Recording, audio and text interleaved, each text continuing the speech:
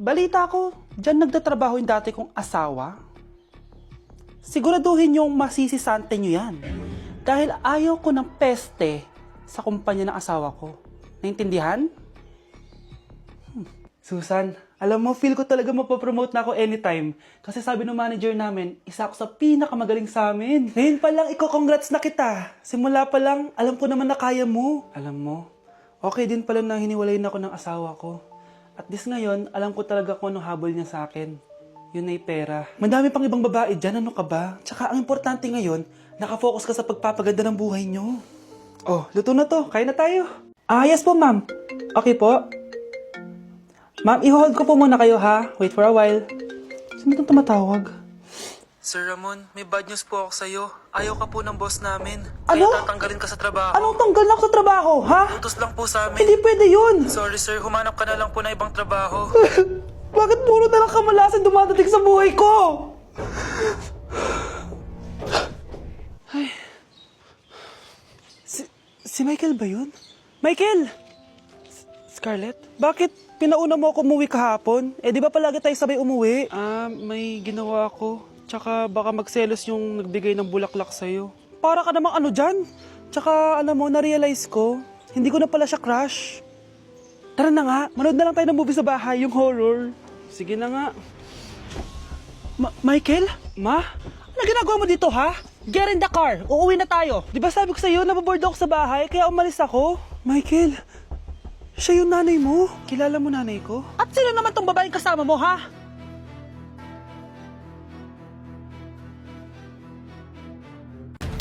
Ayun na, bilisan mo! Hala, dugo ba yung pinampunas niya sa mukha niya? Anak, tingnan mo to, oh! Ano yun, Nay? Ha? Anak, ano yung nasa mukha mo? Dugo ba yan? Ginagaya mo ba yung pinupload ko? OA ka talaga, Nay. G2G Peeling Solution to. Gentle exfoliating to. Tinatanggal nito yung mga blackheads, whiteheads, tas nakakaliit din ng pores. 2 times a week ko to ginagamit, kaya instant glowing at smooth na yung texture ng skin ko. Ay, perfect yan, anak. Ang dami ko pa namang blackheads, tapos ang laki pa ng mga pores ko. Charan! O, ito, Nay, sa'yo na to, ha. 199 pesos lang yan. Thank you, anak, ha. Huwag mo na ulit ako gugulatin ng ganun, ha. OA ka lang talaga, Nay. Being a guy means handling everything from work, fitness, goals, and you gotta stay on top of your game. Hindi pwedeng pabigat, kaya hindi pwedeng basta-basta lang.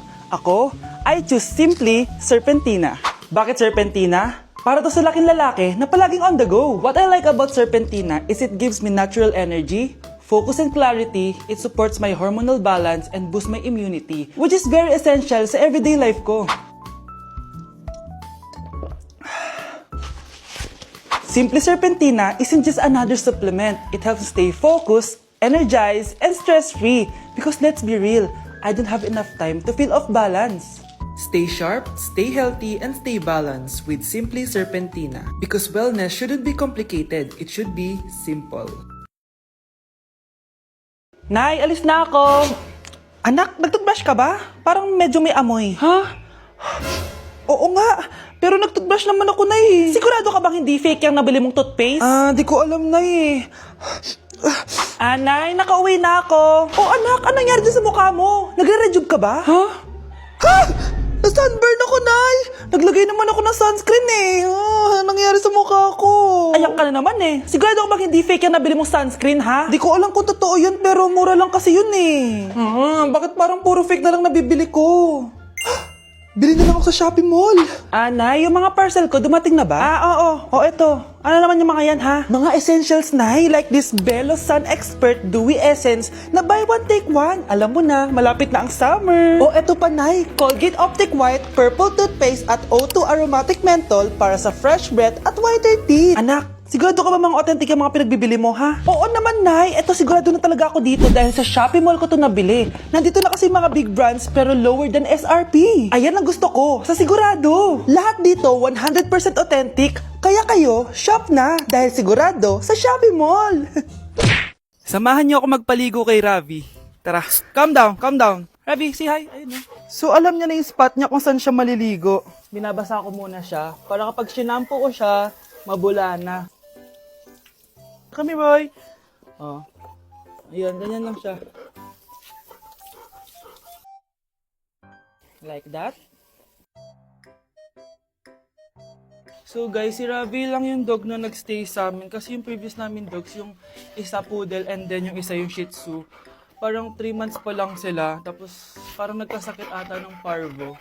And then yun, nawala. So natrauma na ako sa mga small dogs. And then sakto, nung birthday ni Honey Bunch, nag-request siya for a golden retriever. Here's Ravi, nandito na siya. He's been around for 2 years na. And ang laki niya na guys, sobrang taba niya na. Do you like this massage? So ang goal namin is at least once a week, mapaliguan namin siya. So babanlawan na natin si Ravi. O go, come here boy. Dahil iniwan na ako. Ken. Ito yung spot kasi kung saan dinadry ni Honey Bunch si Ravi eh. So dito siya magdadry. Hi ka muna, ayan na, Ravi, hi. Here boy. O come here, belly Ravi, come here. Ravi! Gusto nyo lang binabelly rub siya, guys. Belly Ravi. Belly Ravi! Guys, ano? Belly Ravi. Belly Ravi. Belly Ravi. Say bye-bye. Tama na. Ano to? Wala na namang ulam? Mahal, pangako bukas may kakainin na tayo. Sinabi mo rin yan kahapon. Paano tong anak natin, ha? Paano natin ito bubuhayin? Mahal, please. Magtulungan tayo. Makakaahon din tayo dito. Ayoko na. O ito, ikaw na maghalaga niyan. Mahal, please. Huwag mo naman kaming iwan. Babalik na ako sa dati kong buhay. Sa buhay na nakakain ako na masarap. Sa buhay na nakakapag-party ako. Sa buhay na prinsesa ako. Ayoko na ng gantong buhay. Mahal, please. Babawi ako. Kaya mo na yan. At wag mo na ako gugulin, ha? Anak, pangako hindi kita iiwan, ha? Nandito lang ako para sa'yo. Hindi kita papabayaan. Okay, Mr. Ramon? Ma'am, tanggap na po ba ako sa trabaho? Sorry sir. Based sa resume mo, hindi ka pala nakapagtapos ng college. Ang hanap po namin is college graduate. Uy Ramon, mukhang galing ka sa interview ah. Natanggap ka? Hindi nga eh. Baka may alam kang pwede kong pasukan ng trabaho. Pwede ako. Sige, sabihan kita ha. Salamat Susan. Dami naman basura dito. Ramon, may hiring daw yung kakilala ko at pwede ka daw doon magtrabaho. Ha? Talaga? Sa wakas, mabibilin ko na lahat ng pangangailangan ng anak ko. May anak ka pala? Oo. Iniwan kami ng nanay niya dahil di niya kaya tong gantong buhay. Hayaan mo, hindi mo deserve yun. Wow, ang bilis. May pumalit na agad sa akin? Mali ka nang iniisip. Alam mo ba Ramon, nabibili ko na lahat ng gusto ko ngayon. Kumakain kami sa magandang restaurant at nakatira ako sa mansyon. Ha? Honey, tara na. Ipag-shopping pa kita mamaya. Baka malit pa tayo sa dinner natin. Okay, honey, papunta na. At ikaw babae ka, kung ayaw mong masira ang buhay mo, layuan mo yung lalaking yan.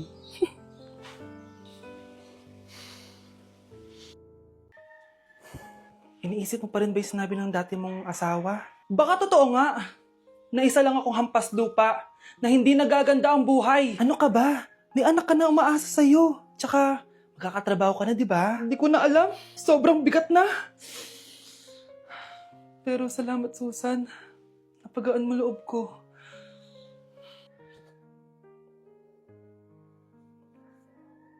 Hello ma'am, thank you for calling. How can I help you? Baby, huwag ka muna umiyak please. Sorry ma'am, ako muna bahala kay Scarlett ha. Mag-focus ka lang dyan. Thank you Susan. Yes ma'am, I will help you. Scarlett, pagtanda mo, magiging proud sa'yo ang tatay mo. Tay, papasok na ako ng school ha. Grabe na talaga anak ko. Dalaga na talaga. Proud ako sa'yo anak. Mas proud ako sa'yo tay. Kasi kahit sobrang hirap ng buhay natin dati, nakaya mo. O tignan mo, manager ka na ngayon. Lahat ng ginagawa ko anak, para sa'yo lahat to. Naku, ang sweet naman na magtatay. Sana ikaw na lang naging nanay ko, Tita Susan. Ha? Ano ka ba, Scarlett? Sige na, malilate na pala ako. Bye tayo, bye tita. Hi, first day of school. Sana maging masaya tong chapter ng buhay ko. Kailangan may picture ako. Hoy, cellphone ko! Akala mo ba makakatakas ka? Balik mo yan. Miss, cellphone mo ba to? Cellphone ko. At doon nagsimula ang kwento naming dalawa. Sa susunod kasi, mag-ingat ka. Salamat Simula nun, palagi na kami sabay kumain. At syempre, nagsishare ng baon. Palagi din kami tumatambay pag walang teacher at pinagchichismisan namin ang mga classmates namin. Sabay din kami umuwi hanggang sa... Uy, Scarlett! Tara, sabay na tayo umuwi. Sige tara. Kunin ko lang yung mga gamit ko, ha? Kanino galing yan? Ito, binigay nung crush ko. Wow, ganda. Tara na, uwi na tayo, ha? Di na pala ako sasabay umuwi. May gagawin pa pala ako. Sige na. Hoy, sabi mo sabay tayo umuwi. nangyari dun?